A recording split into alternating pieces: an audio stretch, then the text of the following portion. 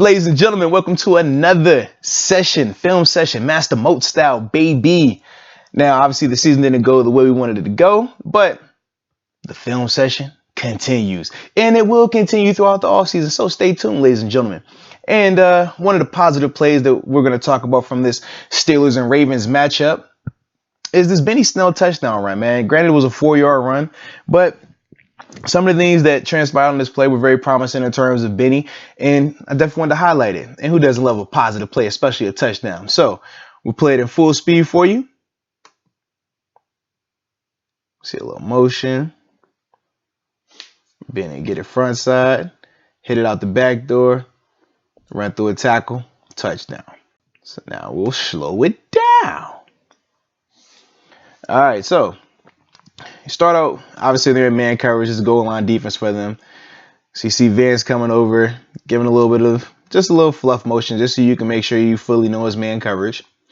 But also what the motion does, makes these guys have to communicate from a gap responsibility standpoint. Now, when Benny gets this ball, he's trying to hit it front side. And it's typically what we'll call, versus a base front, this would be a double play. So typically this guard, this center will double, guard, center will double, tight end and tackle will probably double if it was a base front. But because it's not a base front, everybody essentially is going to be a hat on a hat. So you see right here, Al hat on a hat. You see Matt right here with BJ on this gap guy, but Matt ultimately has this guy's responsibility if he comes down there to that gap, to that B gap. You have DeCastro front side on this back who's coming downhill. This is Matt Filer on his guy that was lined above him. The extra lineman, number 72, is always eligible. Mr. Zach Banner got his guy. And then you see Vance right here on the guy that was motioning with him. And I believe this is Gentry, Zach Gentry on his man. And you got the free defender right here. So right now, Benny knows this. He knows it's a free hitter front side. He knows he has this guy right here wherever he goes to beat him. And this is going to be your free hitter if you go backside. Obviously, he's man coverage, so his job is just to clear out space. So you run your little fade route. Now, as we're going front side, Benny initially sees that what? It was clouded up. Okay, and he sees a little bit of pressure right here coming through this C gap area. Well, actually, this would be the, let's see, yeah, C gap area with Zach Banner. So he decides to bubble it to the backside. Now, the beauty of these type of runs are you have the freedom to bubble out the backside.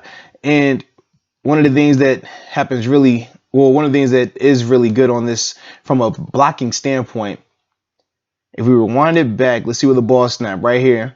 Okay, you see initially everybody is aligned behind this line, right? That's the beauty. Like when you get these guys on the line, you can see if they won or lost by once this ball is snapped. If they stay behind this line, that means the D line has penetrated and they didn't get any movement. If all of their heels are in front of this line, that means they did get movement. So we'll play it and see where they ended up. So once this ball snaps, let's see what type of movement we get from an offensive line standpoint.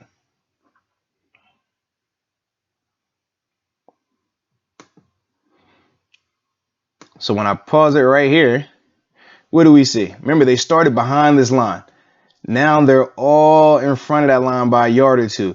That's huge. That's what allows Benny to be able to bubble this run back and bend it back and ultimately make it hard on that linebacker, make it hard on his safety now. Because if this Ravens D line penetrates, first off, Benny's not going to be able to bubble it back flat and downhill. He's going to have to lose ground to come around.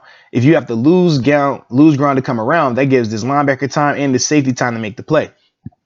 But since they were able to get that push off the line of scrimmage and win the grass, as we always talk about as an offensive line or D line, you have to win the grass.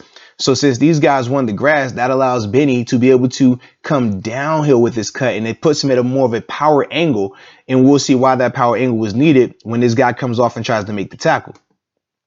Because now that he's going downhill, now this guy's having to bubble back, and now he has no power right here. No power. He's crossed over. There's no way he's ever going to make that tackle and keep Benny out the end zone.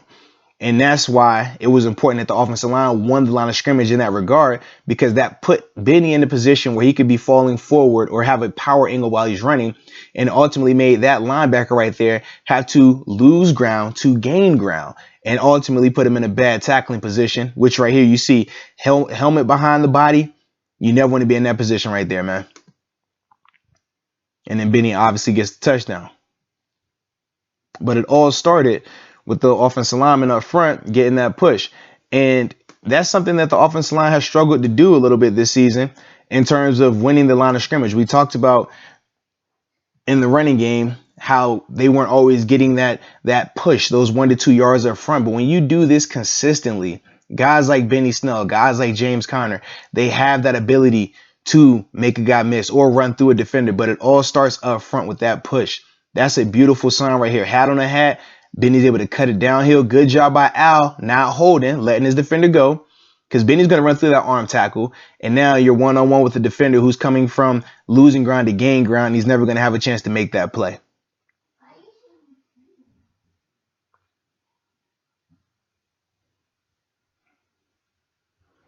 All right. We'll show it to you real quick from the end zone copy.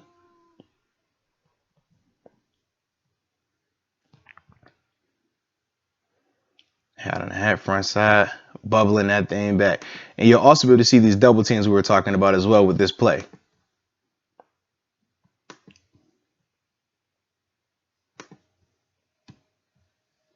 So just a simple concept.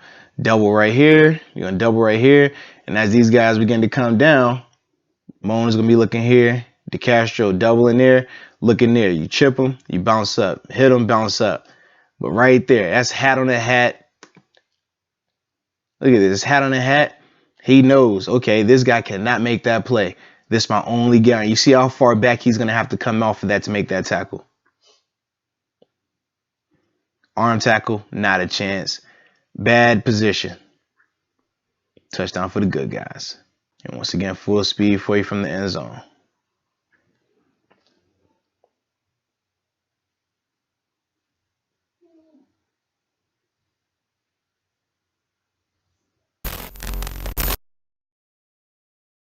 All right, so the next play we're going to talk about is the TJ Watt forced fumble that happened in the third quarter. Play where he punches out the ball. I believe it was from Gus Edwards. It was a crazy play by TJ. Big shout out to him and the monster year that he had. So, of course, we'll play it in full speed for you. So, in this play, TJ's at the bottom of the screen. A little bit of a blitz coming off the edge from Mark Barron. Redirection. Punch out, Mr. TJ Watt. Recovery by yours truly, Joe Hayden.